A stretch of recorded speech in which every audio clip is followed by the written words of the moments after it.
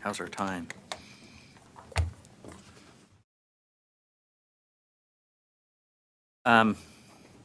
Next, we'll invite Deputy Superintendent Angie Stallings to come up.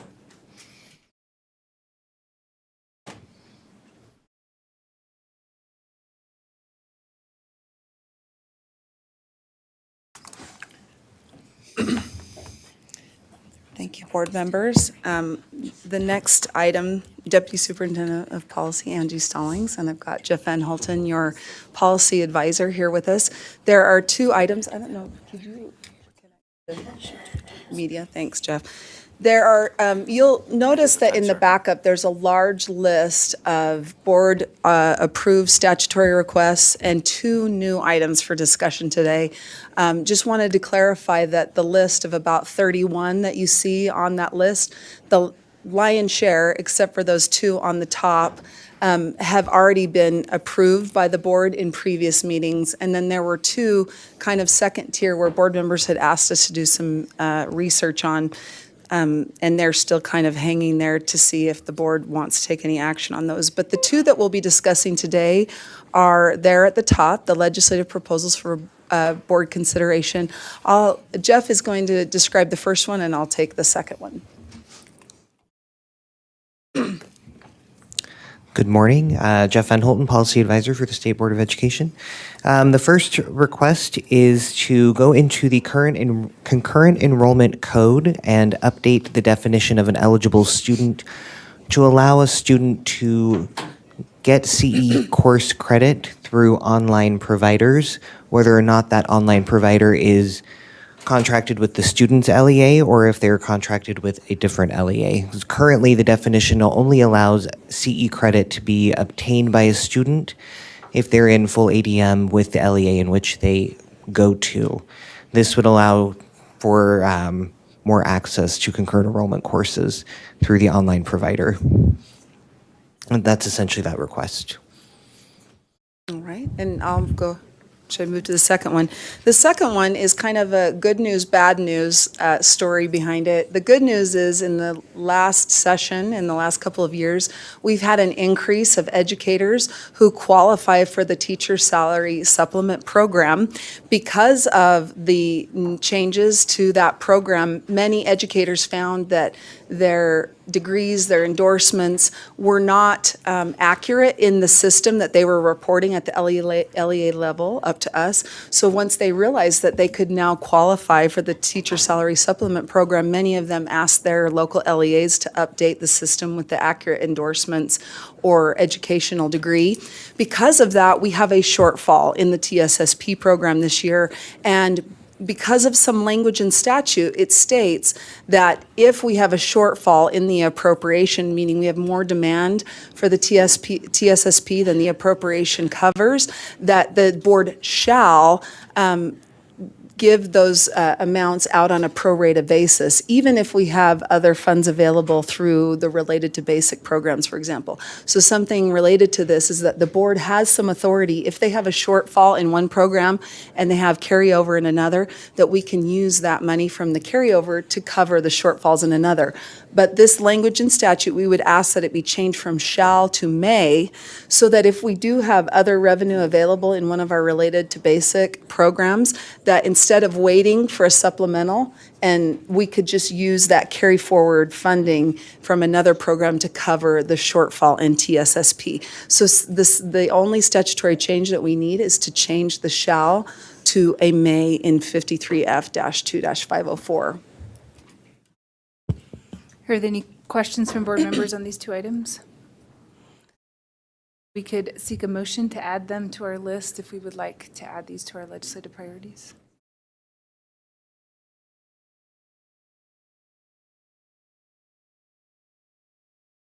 Okay, is there a second? Okay. The motion before us is to add items 1 and 2 for our legislative proposals for board consideration to our board requested, or to our legislative board approved request for statutory changes. Is there any discussion to that motion? Okay, seeing none, all in favor, please say aye. Aye. Any opposed? Okay, that motion passes unanimously.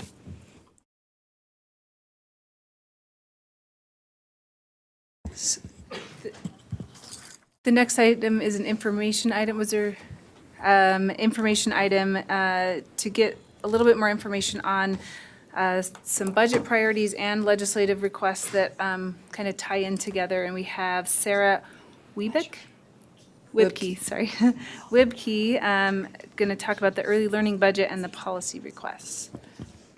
Connect, Jeff. Yes, and I'll go ahead and introduce what, if that's all right, Chair. So Sarah is coming up to present on some slides and early learning information that previously has been presented to you in two different forums. A number of the board requested policy changes that you approved in prior months are related to these three policy requests. And related to them, we've also submitted business cases that you saw for an extension to OEK and also to improve quality instruction in early learning. And what we thought as a superintendency might be helpful for you is to see the presentation now as you combine the statutory requests and the business cases.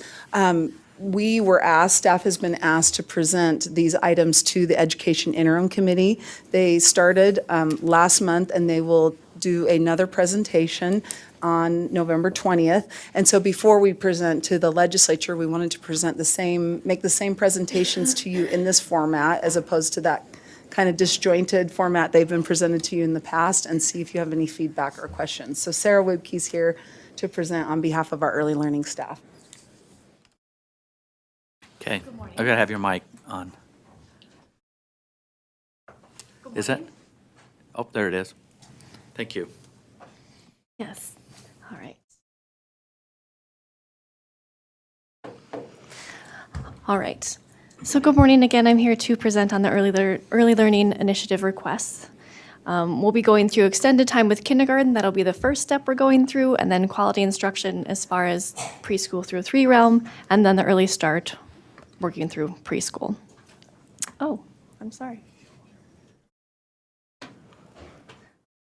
Thank you for your patience.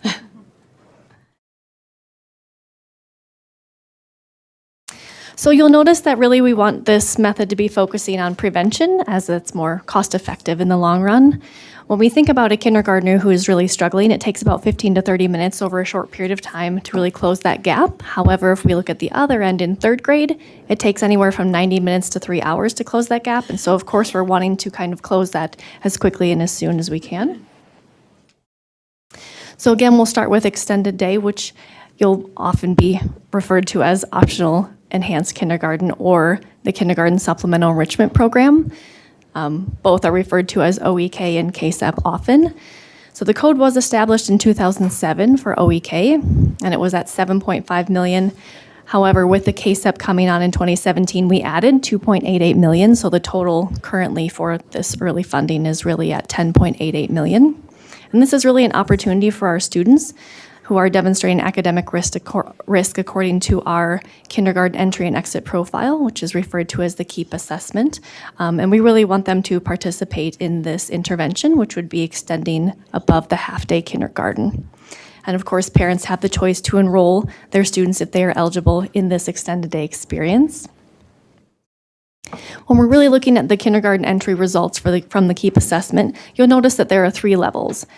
Level 1 is really students who are scoring that need some intensive support in order to be ready for kindergarten. Level 2 would be some support, and then level 3 would really be they are ready for school. They are ready to go in. Of course, it is KEEP because we do keep all students, and we do allow, of course, everyone to be in the kindergarten setting.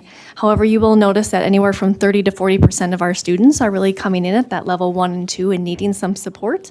And because of that, we really want to make sure that we're providing them with some kind of intervention and support. So what we did is we looked at the outcomes for students who are at risk, and of course, not all students who are at risk are receiving this intervention, but you'll notice this top portion that has the little kids sitting in desks. Those are the students who actually received OEK support or KSEP. And then below, under the line, those are the students who needed some support, but unfortunately, due to restraints in funding, were unable to receive that support. And you'll notice the outcomes for students who did actually get OEK and KSEP really did move up further. So 70% of them moved up a level in the KEEP assessment from beginning of year to end of year. 27% maintained the level. So if they came in at a level 2, they maintained at a level 2, and then only 2% moved down, which, of course, looking below the line at the students who also needed support, but were unfortunately didn't get to receive it because of, again, funding, had not as great of outcomes. This is just literacy, so I'm going to move to numeracy, but you'll notice the outcomes are very similar above and below that line. So when we're looking at the full picture of the nation versus our state, 80% of the nation's students in kindergarten attend full-day kindergarten, whereas in our state we're at about a 20%. And that would include all districts and 13 charters currently that are receiving funding for OEK and or KSEP funding. So as you can see, we have about, like I said, 40% when we look at the students who are coming into kindergarten at risk, either in literacy or numeracy, and we're only able to serve about half of that. And so because of that, we are proposing a blended approach of taking some of the best pieces from the 2 programs that we currently offer of OEK and KSEP. So looking at the funding formula that we have for OEK, the performance measures that we have from KSEP, and then of course they both include the KEEP assessment and instructional expectations that we're performing for teachers. So looking through that, of course, this would increase access for students in this experience, as well as provide additional access to students who currently are at risk but are unable to receive this intervention. So the actual ask is just over $18 million at this time, and again, right now, currently, it's at $10.88 million. So moving through, we know that time isn't the only piece that's really going to drive outcomes for our students, so we really want to look at quality instruction. Currently, when we look at our SAGE scores, RISE scores for grade 3, at the end of grade 3, the gray pieces are language arts and mathematics, of course, in blue. You'll notice the most recent scores that we have were at 48% and 52%. Knowing that that's only about half, we're feeling that some change is needed, of course. As I see some shaking heads, I think you are as well. So you're probably wondering why is this our current state of reality? So we really looked at what was needed. Knowing that I'm currently not performing in the classroom, of course, I'm here with all of you. We did a statewide survey, and it included teachers, leaders, as well as coaches, instructional coaches. And we also did focus groups across the state to really find out how people are feeling and why they're feeling that this is kind of our current reality. And really it came down to, in all of those areas, when we talked to leaders, when we talked to teachers and coaches, they all felt like they were least confident in teaching those foundational reading skills. And so we really want to make sure that we're supporting them in this realm. And knowing, of course, that teachers matter most in student achievement, we want to make sure that we're providing them with job-embedded coaching to make sure that they're getting the best experience and support to change their practice as well. So the proposed solution includes not only elementary prep program candidates, as well as preschool through grade 3 teachers who are already licensed and in the classroom. So there's a lot on this slide, but it's really the request breakdown. So what I'm going to do is actually go through each one with you, and then I'll kind of come back to this big picture as well and talk a little bit about the funding piece. So in the first part of the proposed solution, and how we want to frame this is LEA formula grants for professional learning with job-embedded coaching supports, as well as school administrators following up on that. So it's ongoing sustained learning, so we're actually inspecting what we expect. So if we expect certain improvements, we're going to actually have people there to inspect and make sure that those things are actually changing for student outcomes, aligned with our professional learning standards, which you're probably very familiar with. And of course, this is an evidence-based practice, which is why we're including it in the plan. And then also in our regional and charter areas, you'll know we have a lot of rural areas, rural districts and charters in those rural areas that are being supported by the regional service centers. So we really want to embed some early learning instructional coaches in those areas to make sure that they're being supported. And also thinking about how USBE staff will be training and providing mentoring for those instructional coaches as well. And so you might be asking yourself, why job-embedded coaching? So really when we look at, if it's just a component of training for theory and discussion, you'll notice all the way on the right side, it's use in the classroom is at a 0%. And of course, whatever we do, we want to make sure it's going to benefit in the classroom. If it's demonstration and training, again, once we get to use in the classroom, it's about 0%. Practice and feedback and training, it's a little bit higher at 5%, but of course, that's not really a big cost benefit for us. So we're really looking at coaching in the classroom and making sure that teachers are fully supported within their job to continually improve their practice. And you'll notice that that not only improves knowledge and skill demonstration, but also 95% use in the classroom, which means it will actually change outcomes in the classroom for our students. Knowing that we did have a stakeholder group come together and really decide on a definition of an effective coach.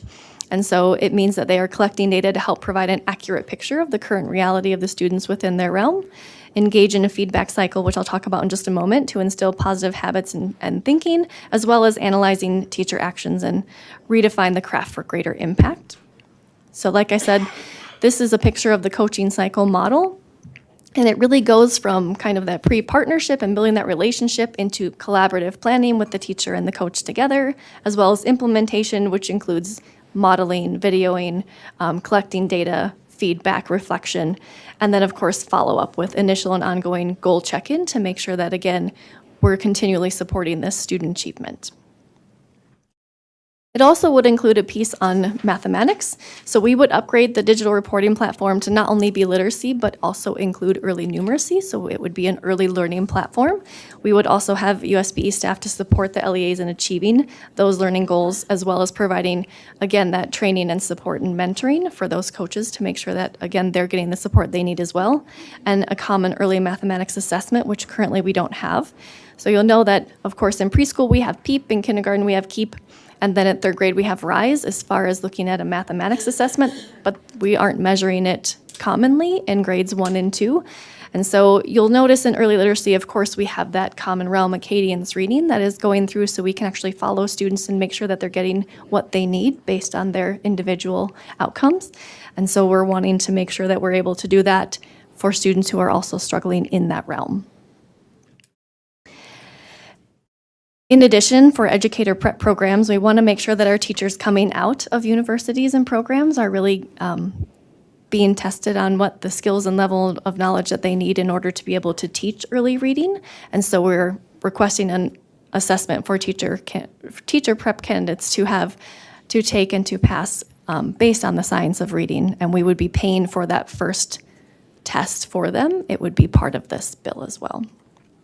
And then as far as accountability, we would maintain that state growth goal for literacy, which is 60% of our students in grades 1 through 3 achieving typical or better growth. And of course, we would want to also have a state growth goal for numeracy. However, we would need baseline data, so it would take a little bit longer to attain and decide on that goal. And then we would also want to keep the local goals. Our LEAs are really seeing some focus when they're able to put specific goals onto paper for literacy. So we want to now add 1 literacy, 1 mathematics, and then 1 of the LEA's choice based on their data. Of course, these goals, we would want to keep them measurable and attainable, but also ambitious to make sure that we're actually moving outcomes for students and improving their outcomes, and then address their current performance gaps based on whatever their LEA's data is already at. So again, kind of coming back to that big picture with the breakdown of the appropriation request, you'll notice a lot of the funding is going towards coaches, the majority, but of course those other pieces that I talked about as well. The total amount that we're really asking for would be ongoing, would be over $17 million, and then one time of just shy of $500,000. So moving on to preschool and early start. Currently we have two preschool grants going on. One is Becoming Quality and one is High Quality, which is often referred to as expansion. LEAs, private providers, and home-based technology programs can apply to either one. The difference really is Becoming Quality, we're providing coaching, funding for curriculum and classroom materials, and family engagement, whereas High Quality, they've already been deemed high quality, so they've kind of had that coaching and support to get to that place, and they're really focusing on seat funding for students who are English learners as well as economically disadvantaged. And thinking through that, this is our current reality for that. So the preschool experience and quality really does matter. So you'll notice that the green bar is no preschool, the gray bar is preschool that hasn't been deemed high quality, and then the gold bar is high quality preschool, and you notice that high quality preschool is changing outcomes in numeracy and literacy for economically disadvantaged students as well as students who are learning English. And so as far as funding goes, we're really looking at closing the gap. You'll notice that last year we had $12 million in funding for these preschool programs, but however, $3 million was removed, and so now we're at $9 million, which kind of causes some issues for us as far as funding and what we're able to do. And then $12 million is kind of what we're looking for, so we're kind of trying to close that gap on the $3 million that is no longer being provided there. So issues that really need to be addressed with this is the number of students being able to serve. Of course, that is less this year because we have less funding. The cost per pupil is something that the Department of Workforce Services and the USBE is coming to discussion on around what really does the cost need to be, how much does it cost to put a student through these different programs. And then currently the funding really isn't able to walk us through the progression of becoming quality to those high quality programs, which is really what we're wanting to do. So looking through these, again, extended time for kindergarten is kind of where I started, and then quality instruction preschool through grade 3, and then which was kind of a big, heavy piece, and then early start preschool. Are there any questions that you have? Questions from board members? Board member Cindy Davis? Could you tell us, kind of on average, how long it takes to administer the PEEP and the KEEP, and then how much time, or for example, a typical kindergartner, how much time is that person spending in between the KEEP, Acadience, and I don't know, whatever, all the other things that, not informal assessment, but in kind of those formal assessment times, what is the time? Yes, may I answer? Okay, yeah, please answer. So when you're looking at the PEEP and KEEP assessment, it's very similar in the amount of time. Depending on the student and kind of how much knowledge they know, it can take anywhere from 10 to 20 minutes. When you are looking at currently, I don't know how much it would be for the early numeracy assessment, knowing that we don't have one currently, but for early literacy, it takes about 3 to 7 minutes, depending on what time of year and what submeasures are being assessed at that time. Do you have a follow-up? Oh, I don't know. I just wonder if some are taking longer time. I just had a couple calls saying, why are we spending so much time? But maybe it's that particular individual experience where the teacher's taking a longer amount of time than what would be considered average. So thank you. You're welcome. Any other questions, comments? Board member Jenny Earl? Yeah, first and second grade, we have measurement tools currently. They're just not, it's not the same for everyone. Is that accurate? May I answer? Yes. Yes. Okay, so we're writing RISE tests for first and second grade? Is that, The proposal would be much like it used to be called DIBELS, it's now Acadience Acadience, reading. yeah. So the Yeah. assessment that takes 3 to 7 minutes, it would be something similar to that, that would be short and brief. It would be a screener to determine who's at risk. It wouldn't be an extended assessment, a summative assessment like RISE. most of our districts are doing this already. Is that accurate? It's Are you- local control. It depends on what they're wanting to do. I am not aware of a lot of districts that are providing some kind of numeracy assessment for those grades. The ones that are, it's different options throughout. Okay, thanks. Other questions, comments? Seeing none, thank you. It's very informative. Thank you. Well, I'm looking again. She's going to go. Okay. Superintendent, do you have anything to add, or? Okay, well, thank you.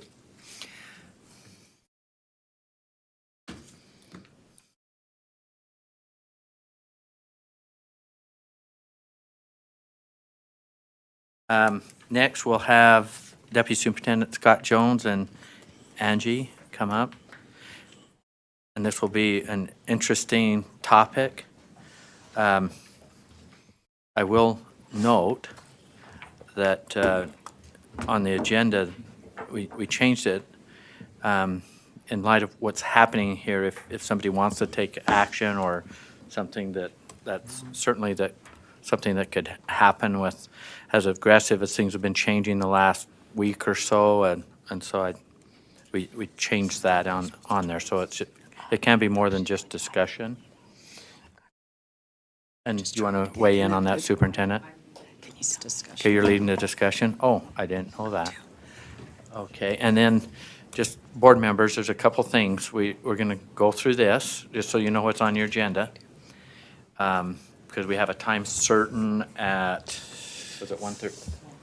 At 1:30, so we have this, and then we'll hopefully have time for a break and have a quick lunch, and then we have a time certain at 1:30, just as a reminder. So Superintendent? Yes, thank you, Mr. Chair. We know that you're aware of tax reform occurring. It's impossible to not know that, I think. And our legislature is engaged in comprehensive tax reform, in part by their authority, but they're really trying to address imbalances in our tax structure. And of course, this will impact education and our economy. So it's something that I think everybody's very interested in and very serious about, and we as an education community are very interested. And, we want to remain the top economic state for growth. I think that's something we can all lean into and agree with. We also want education to be not only funded at current levels, but increased to get the outcomes that we're seeking. And I think one of the things I think that's so important for our board to always put forward is our mission, and that mission is one of setting the conditions so that students are prepared, and that includes advocating for resources. So it's with that spirit that we want to lean in a little bit today and have a discussion about tax reform without getting too down into the weeds, but really thinking about what are some principles that we could move forward with as we engage in these conversations around the education portion of tax reform. So our staff has Teaching those foundational reading skills in this realm. that is super Of course, interesting. that teachers matter most in student achievement, providing have embedded in the best experience. So you have just witnessed This as that well. I am possessed with a literacy proposed- demon that can Candidates come out when I'm talking about. go through grade through teachers who are already licensed. So there's a, but it's really the request.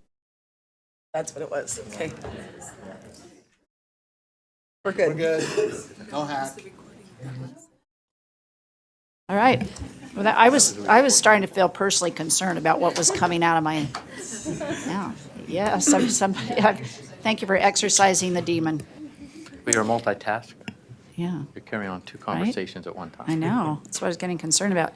So just to refocus this then, it's just the discussion we want to have today is focused on the guiding principles that you might engage in or think about as a board. And so as a staff, we've provided just some bullets and talking points around the principled part of how we lean into tax reform when it comes to the education portion. So with that, I think Deputies Jones and Stallings are ready. Yeah.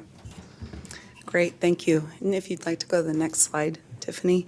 So to support what Superintendent Dixon just stated, we're hoping to allow you an opportunity. We've heard that you'd like to weigh in and provide a statement, and so we're going to go through some proposed guiding principles that you may want to consider that staff has prepared.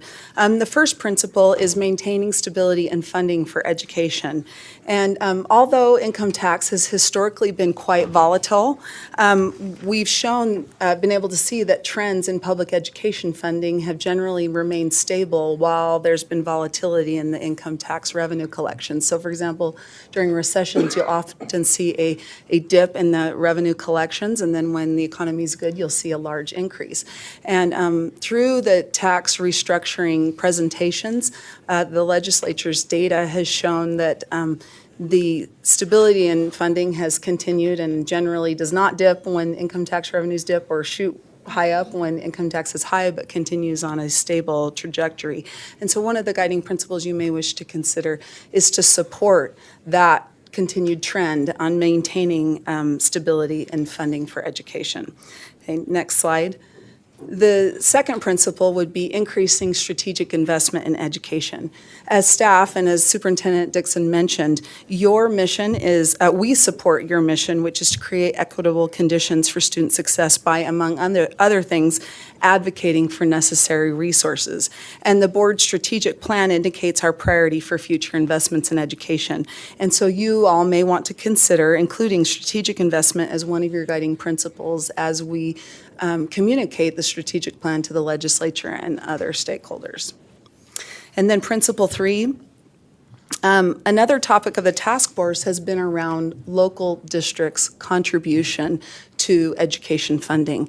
Statistically, we've seen that approximately 54% of funding to our schools comes from the state, about 35% from local property taxes and local contributions, with approximately 10 to 11% coming from the federal government.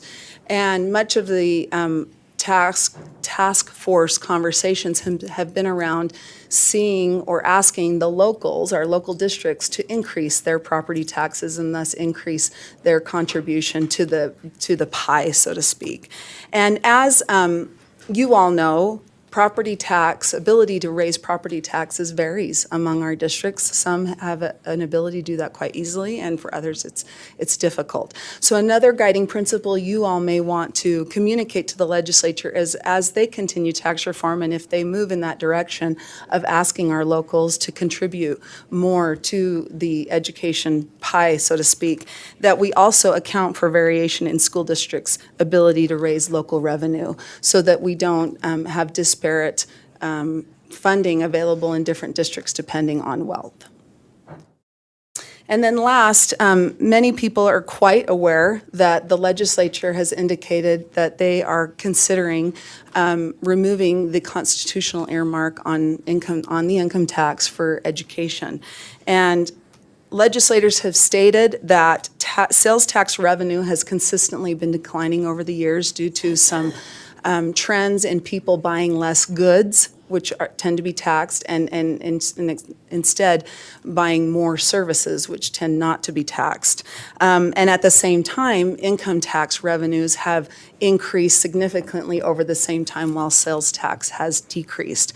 With that backdrop, legislators have been seeking or looking at removing the earmark on income tax in order to give them flexibility in those times when sales tax revenues are down and income tax revenue is increased. And the current constitutional language is obviously a value statement of the legislature and our state's commitment to public education and how we value education. And if the legislature chooses to make a proposal to eliminate the earmark on income tax, you may want to consider encouraging them to provide a replacement, an appropriate replacement constitutional guarantee. And so given those 4 principles, we've developed a draft statement for your consideration, which includes each of those guiding principles, as well as a statement indicating that the board would only support or encourages the legislature to find an appropriate constitutional guarantee if the legislature does seek to eliminate the constitutional earmark, as we know. And so the statement is there. You can see it on your screens. And we're available for questions and be happy to answer questions as you discuss some of these principles.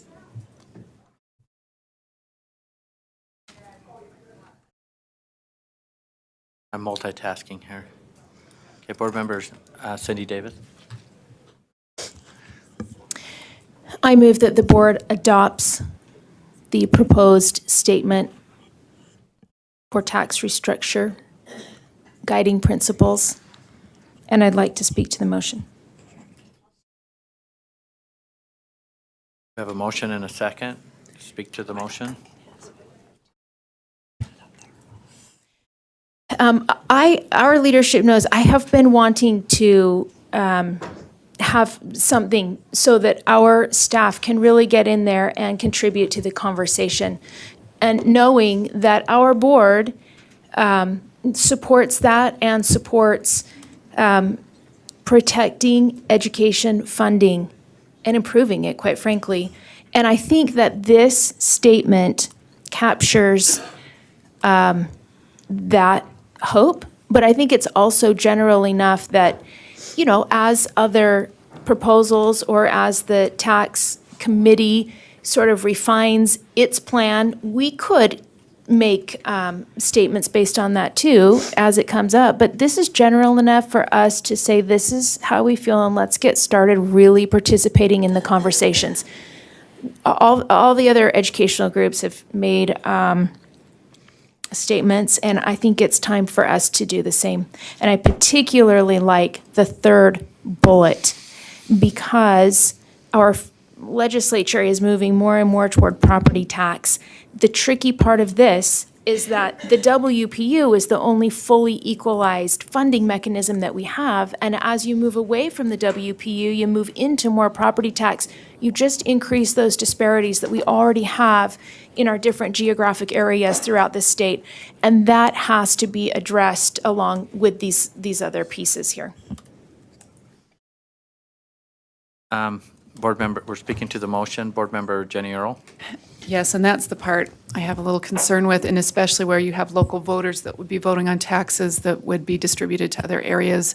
That currently is a piece that local entities have a specific say in for theirs. I mean, it waters down their ability to use that. And I'm not saying, we currently we have the ability to do that. We've been doing it. To expand that, I just hope we're not watering down an actual voter in the community to where they don't have that impact that they could locally. So just a balanced approach to that is what I would be looking for. Okay. Board member Cindy Davis. Just to follow up, I totally agree. This isn't advocating for more property taxes. It's just recognizing that's where the conversation is, and that we hope our legislators put some kind of mechanisms in or keep an awareness that there's really a case or a chance for inequity to happen there. One piece of information I just wanted to add to this conversation is we have a couple of current programs that do exactly this, where they provide actually education fund money or income tax money to offset or bring those districts who aren't able to levy or generate as much through their property taxes. So it doesn't necessarily have to be from a redistribution of the property tax, but instead a supplement from income tax to those districts who generate less through their property taxes. That's the voted and the board guarantee programs are two examples of programs that do that now. Other questions, comments? Board member Janet Cannon. Yeah, I feel supportive of this. It makes me very nervous to have them talking about removing the constitutional guarantee that provides income tax for education funding. But here, I noticed the language that says an appropriate replacement constitutional guarantee. Have you thought anything about what that might be or what that might look like?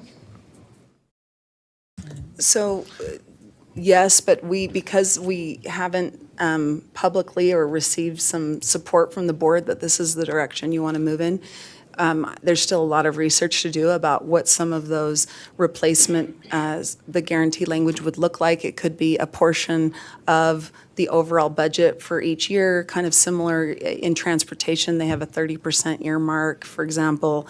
So it could be a percentage of the legislature's appropriation. It could be something else. So we're looking at some different pros and cons of different language approaches, and we'd of course want to work with our LEA stakeholders, other stakeholders, including legislators, to kind of identify something that might be palatable and workable.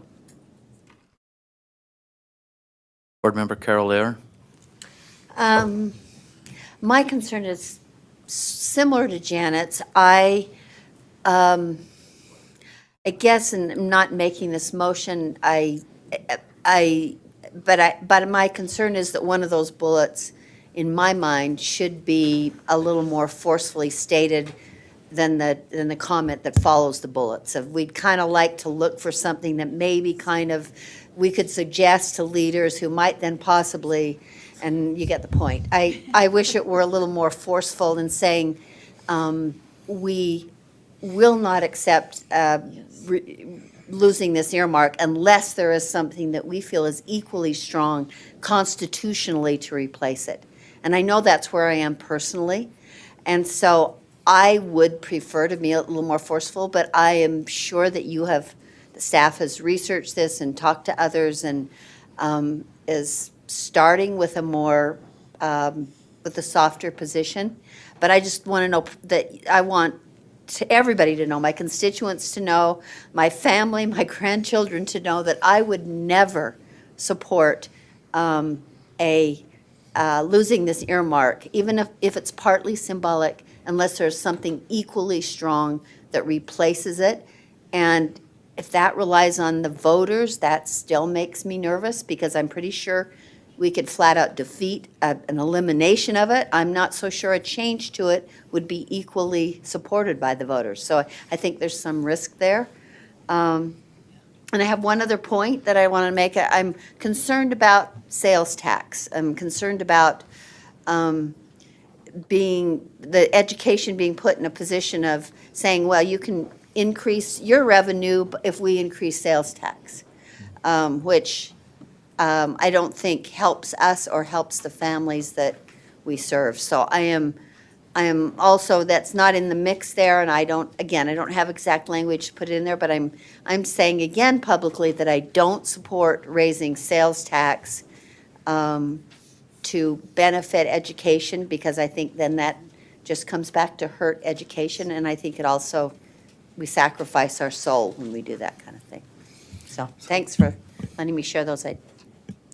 So we've got other board comments on this, but I just want to weigh in a little bit early.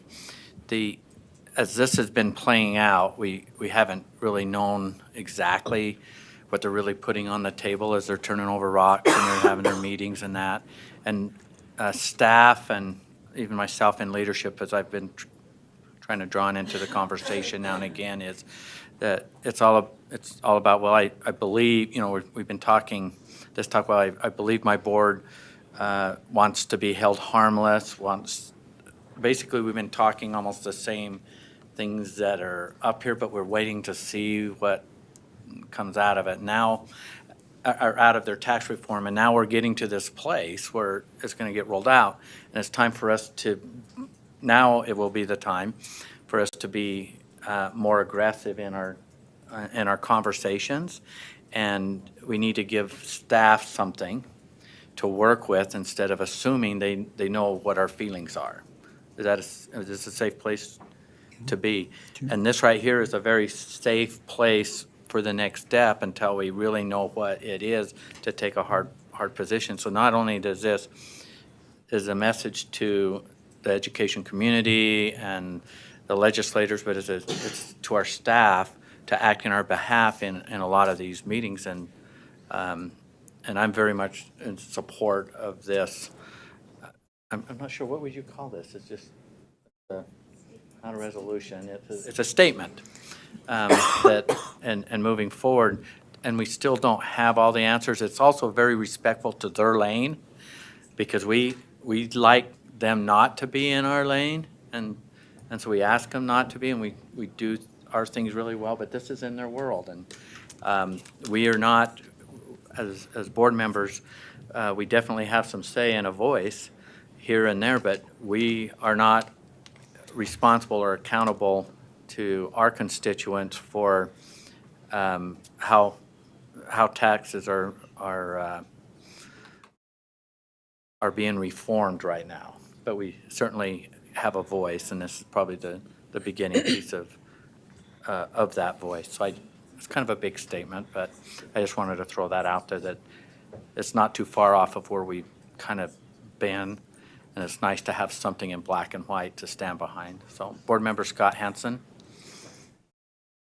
Yeah, I also feel quite strongly about the constitutional guarantee, and would really feel better if that was one of the bullet items, and would propose language that says maintain a constitutional guarantee for education funding as a fourth bullet. I think that's important to all of us. We've heard passionate approaches from everyone. I think that ought to be out there with the legislature so that doesn't get too much steam under it.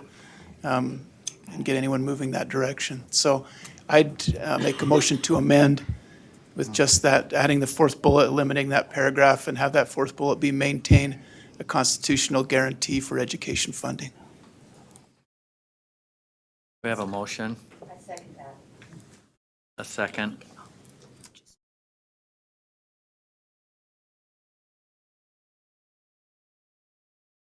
Okay, you want to speak any more than you just did before you made the motion? No, I took my opportunity up front, so.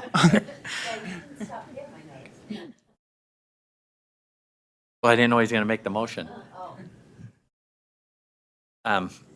Board Member Cindy Davis speaking to the proposed amendment.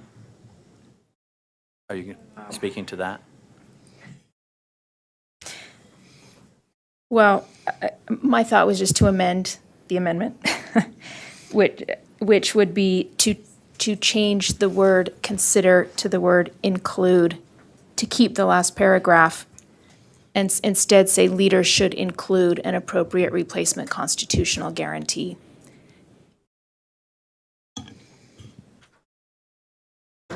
We have a proposed amendment to the amendment. Vice Chair Brittany Cummins, I'll second that. second. Any discussion to the proposed amendment, to the amendment? Can I speak? Yes, you can speak to that, to your second. The reason why I like the amendment to the amendment is that it still provides the context, not the assumption that that they are going to change the Constitution, but as that does come up, it provides the context that if that does come up, make sure that there is an appropriate constitutional amendment. So I like the amendment to the amendment, leaving in the context of the paragraph. Board Member Cindy Davis. And I think within that context, the first paragraph, when we talk about in support of our local education boards, they are and have made public statements. They're advocating for that strength of that constitutional protection. I think what we're doing is saying, okay, then here's a guiding principle if they do move away from it, which the other folks haven't done yet. Board Member Scott Hansen. And I'll speak against the amendment, not because I don't like to be flexible in cases where flexibility is warranted, but here I think that we subordinate the constitutional guarantee by putting it into that last paragraph instead of saying that policy should align with the following principles and putting it on the same level as those other three.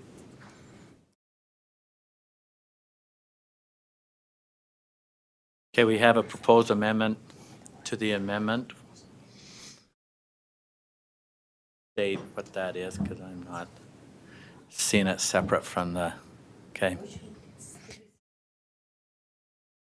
Okay. The amendment to the amendment, as I understand it, is in the last paragraph to change the word consider to include, and then keep the last paragraph rather than doing a fourth bullet. Is that correct? That is correct. Okay, I'm not seeing any, Board Member Lear. And I'm just I want to make sure I understand. So Cindy's amendment to Scott's proposed amendment would be to not make it a fourth bullet, but leave the final paragraph as is and change the language slightly. Is that what you're saying? Versus the initial amendment, Scott's, was to add a fourth bullet. Correct. Yes. And Somebody else has got it. Tiffany's. am I in the queue again? Can I? All right. Can I speak again? From Humbling. But the amendment removes that fourth bullet, yeah.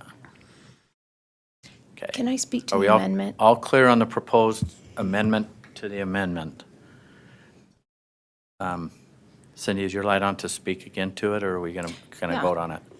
Yeah, I feel like we need to keep an eye on educational funding, protect it, preserve it, and increase it. And keeping the earmark doesn't guarantee that. So my concern is that we have to include somewhere that we recognize that, and that the bottom line is we want a guarantee that educational funding is going to be protected. Okay. You done? Okay, we have an amendment before us. Amendment to the amendment, as shown on the screen.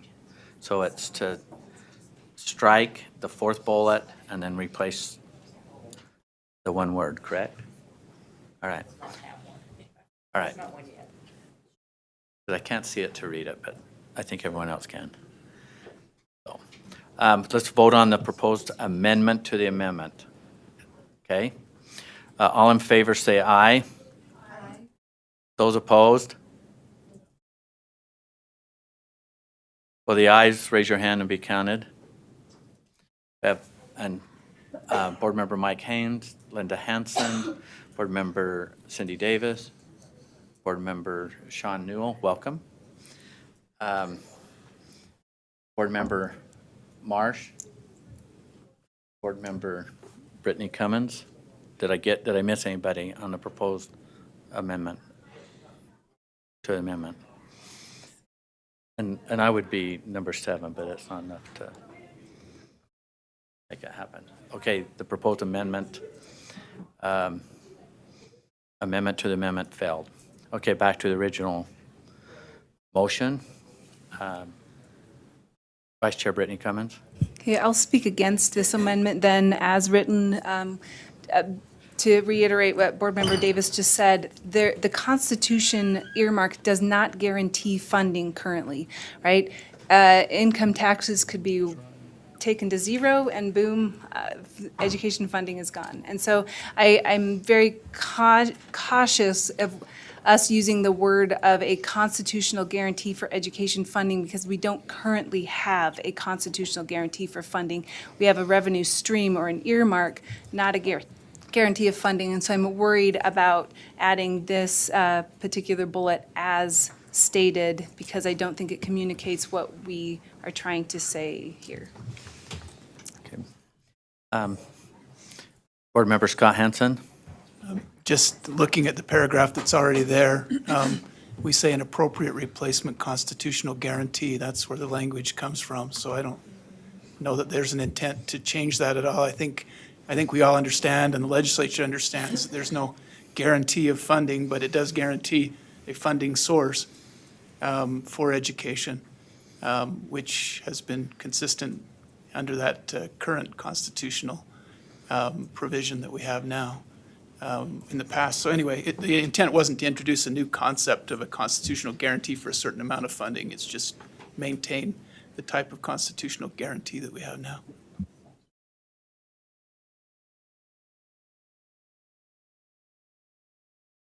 And I usually don't speak up on a lot of these different things, but I'm going to speak against it because I believe that first language keeps us in that pathway of doing absolutely everything that everyone's talking about, but not getting into all of the specifics of a particular earmark. I thought it was a safer pathway than adding the fourth bullet. But Vice Chair Brittany Cummins. It may not be appropriate at this time if we were to modify, I don't know, like in Robert's rules where we're at, but if we were to modify that last paragraph to maybe, I know that the last motion didn't pass, to change the wording from consider to, but to change the wording in that last paragraph to reflect that we're looking for a replacement in the Constitution, not necessarily just that we're asking for that guarantee to be in the Constitution. But anyways, I don't know if this is the appropriate time for that, and I don't have. We need to vote on this right here.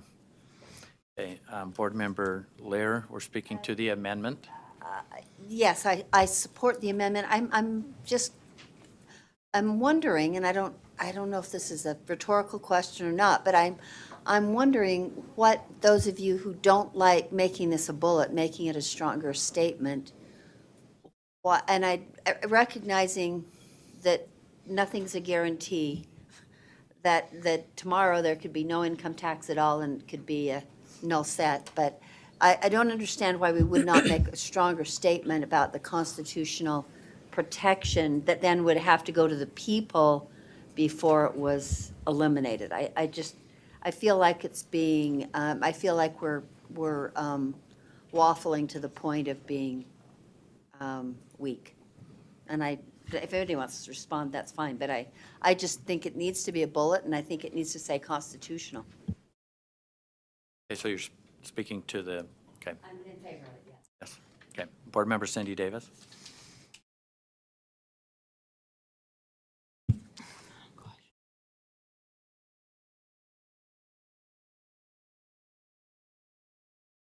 Hold on. Did I turn? I do oh. like that the amendment doesn't necessarily call out that it has to be an earmark, an income tax earmark, but there has to be some constitutional guarantee. I think Angie has an idea also. Yeah, just another amendment that you could consider as you're considering this one is the last clause, so the last short paragraph or sentence or two could be amended to state, the Utah State Board of Education would oppose any proposal that does not include a constitutional provision to reflect and reinforce a commitment to providing continued stability and strategic investment in education, which would then go to having that constitutional language instead of talking about a revenue source, more about the funding side of it, or a guarantee on the funding or the output. Okay. Board Member Lear? Belaboring this point, but so what do you object to, Angie? And maybe Angie's the best person, and I'm not trying to put you on the spot. I'm just trying to understand the philosophy. Why are you, because I feel like what you read waffles even more. And I would, because it adds about 10 words. And so what is the concern, the staff concern about just being direct and saying we want a constitutional guarantee, understanding that guarantee has many permutations and meanings? What is your concern about that? And I guess the concern would be whether we're maintaining the current language, which is about a revenue source, versus how money is spent or appropriated. So I think both Chair Huntsman and Vice Chair Cummins both spoke to two elements of why our current constitutional provision doesn't actually guarantee funding, because at any point, the legislature could reduce the income tax to 4.5% or 0 if they wanted. There's no requirement that that income tax revenue be maintained or increased. It just simply states that whatever collections they receive from that one tax be spent on education, versus what we're thinking is refocusing, if they're going to eliminate that, having the constitutional guarantee or the language be about the output or the distribution or the funding side of it. So that's, I guess it depends on what language we end up with, but I think we are wondering whether it's effective to continue to rely on, as a value statement, a tie to one source of revenue versus looking at the stability of our funding or increased strategic increases in our funding. And can I ask Yeah, one follow. follow-up question? Because I think this is that important. But so I don't think necessarily having it be a constitutional guarantee ties it to one source of funding. It could be a constitutional guarantee of a different, a different color, different space, for instance. But I think that it just makes sure I feel really strongly about the constitutional part of that, and I wonder, I would even entertain the idea of rewriting the last paragraph and making it a bullet, but I just think it is one of my prime directives in all of this discussion. May I just make Yeah. one more point? I wonder if the word maintain might send the message, though, that we Yes. don't want anything to That is the- change. that And so is- maybe it's Ensure, include a replacement constitutional guarantee, and then again, it's assuming we want a replacement. So I think that's why the bottom paragraph has been drafted the way it is, because it's not necessarily advocating for any changes to the Constitution. Instead, it's signaling that if the legislature wants to make changes to that constitutional earmark, that there be a replacement. And so I think that's the fine line of the fourth bullet versus the paragraph. The paragraph gives a little more context. If we keep it as a fourth bullet, it almost makes it sound like we're advocating for either the status quo or for something else, if we were to tweak it to say, include a replacement guarantee, for example. So we've been walking that fine line of not necessarily advocating for change, but just stating if there is a change to the Constitution, that they replace it. Superintendent? Thank you, Mr. Chair. The two words, I'm just trying to listen to the words that are sounding as the terms of importance to the board in all your perspectives. And so it sounds like the constitutional piece is really important, and replacement, could you just sub out the word guarantee with provision? I know in talking to various legislators, they make a couple of comments about that term guarantee. One is that I think there's a false sense that we've been getting all the income tax money anyway that comes into us. You know, it gives us a sense of safety, but we really don't get it all anyway. And I think the points have already been made about the one revenue source. So guarantee might be a hot button or a term of argument, whereas provision is maybe more broadly defined, that gives you then space in future meetings to talk about what that provision might look like. I don't know if that covers, Board Member Lear, what you were concerned about, but it seems like constitution replacement are the two terms that seem important to all of you. Those are my words, but I defer to Scott, who made the motion, and say, how does that speak to you? So just keeping the context with provision versus guarantee, but that's just another idea. Board Member Scott Hansen? Yeah, just, the wording there is purposeful and I think thought out. We want to maintain, we have one now. We want to maintain some sort of a constitutional, and guarantee is the word we're using. I know nothing's a guarantee, but I think that word guarantee has many different permutations. I think there's some flexibility there. But it doesn't say maintain the constitutional guarantee. It says maintain a constitutional guarantee, reminding legislatures that we are in the Constitution now. We want to maintain something in the Constitution, a provision, a guarantee for education funding. Doesn't specify a source, just says that, hey, this should be constitutional so that it can't be changed at the whim of the legislature. It has to be changed by the voters on a referendum. So I like the way it's worded now. It's concise. It puts it right there in front of them and says, hey, we're the Board of Education, and we think it's important that we're in the Constitution for education. So my 2 cents, my last 2 cents. Answers my question. Board Member Cindy Davis? Are you? I'd like to amend the amendment. Can I do that at this point? You do another amendment, as long as it's not like the one that failed. It's not, but it is one word. I'd move to change the word maintain to include, because the point is right now we don't have a guarantee for education funding. That is actually a new idea.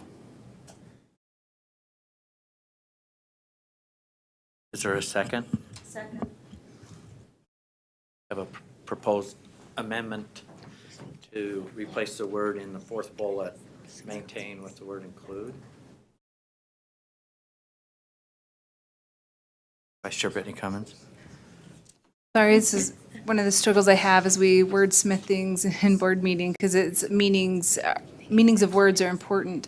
And so I guess the question is what would that look like to include a constitutional guarantee for education funding? Is that a funding level, a funding benchmark? What does that mean when you guarantee that, yes, we will fund education, we won't take it down to zero, but are we just saying that? I guess I'm just concerned about what the word includes a constitutional guarantee for education funding, because it takes away the context of what we were talking about, which is what is actually out there right now is they may be taking away or looking at striking out certain lines in the Constitution. And if we don't provide the context and we just say we want to include something for include a guarantee for education funding, and they disregard that one bullet, then we haven't really talked about the context of what it is that we're actually concerned about, which is how are we going to ensure that the education funding is a priority and it's there in the Constitution. And so I'm worried about losing the context of the paragraph in the context of what is actually going on in the conversations that are having. Because now if we just say, we want to include a guarantee for education funding, okay, here's $1, $1, it's guaranteed in the Constitution, and that satisfies that bullet. And I think we're losing the context of what we're trying to accomplish here.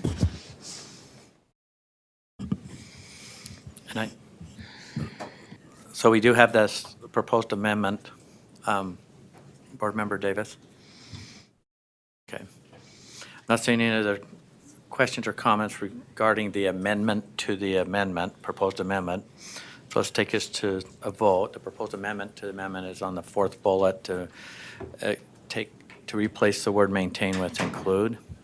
So let's vote on it. This is the amendment to the amendment. All in favor say aye. Those opposed? No. No. Okay. I didn't get an aye. Okay. So we're back to the amendment, the original amendment.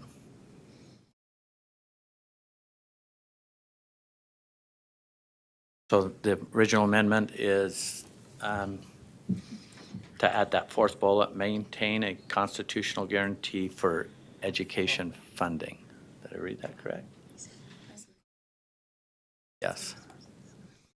So if I understand the motion correctly, it is to remove the paragraph and then just have the bullet maintained. So, Also, we need to take so that. if that was reflected, thank you.